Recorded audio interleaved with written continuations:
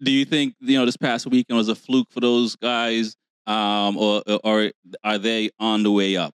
Pick either. You can talk about both manufacturers or either one. Look, you know me. I'm a Honda fanboy, so it's not a fluke, man. Zarco's a veteran. Yeah. He's a good rider, a smart rider.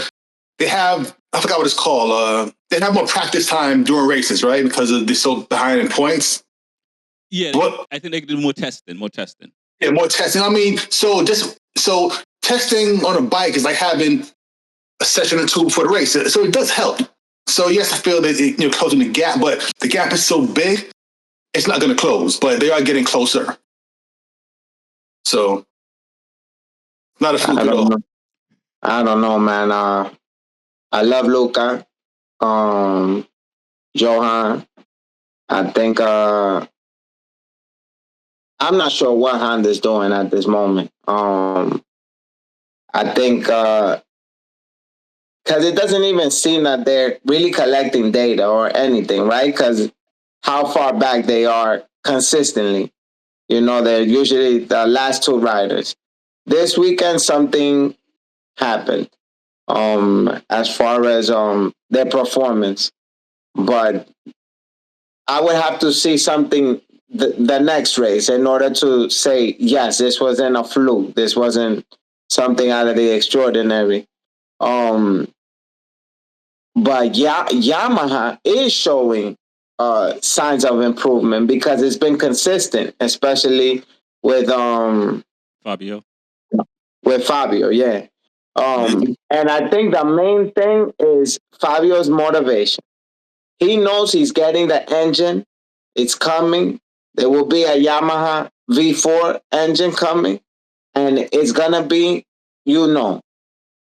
super competitive. Because that's what they've been missing the whole time. They've been trying to stick with this inline engine. It works here in the U.S. And it even worked in World Superbike. But not anymore. The Ducati's so far ahead. And the BMW has taken itself to another level of riding. So, but I feel that this has inspired Quattorano to really push and try to show these guys, not only am I still competitive, I can compete with this engine, so get ready for what's coming when I get my V4. It's over. Mr. Young. Like I said, I don't know what Honda's doing. It sucks to see every race, Joan Mir going down. I can predict it now. Like when it's like a flag in sector 2, like must be Honda or Mir, and sure enough.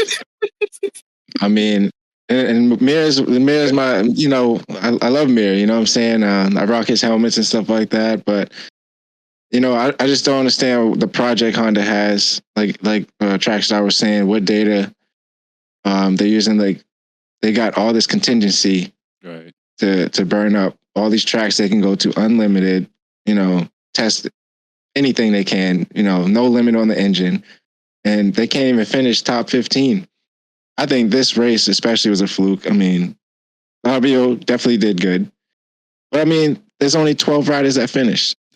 In the right. I mean, 12 riders finished. Right, he was 8th. Yeah, that ain't bad, man. It's top 10. So I mean, you do got, it's a survival to finish. You do gotta get the points. You do gotta finish the race. But as far as like a manufacturer, like I see Zarco, finished. Fabio, even Taka got some points, but I think there was a little fluke. Yeah, man, it's tricky. Zarco, I don't want to say he's overriding that bike, but he's the most consistent rider out of the Honda camp. And Yamaha is doing it with only 2 riders at the moment, not 4 with Honda. So for them to be, having more gains on Honda, we do wonder what Honda is doing, and maybe Repsol knew something, and that's why they decided to leave. But it seems like KTM and Aprilia, more Aprilia than KTM, because it seems like Acosta's kind of getting there. But it seems like they are also struggling a little bit as well now, as the second half of the season. Probably even all year, but definitely the second half of the season.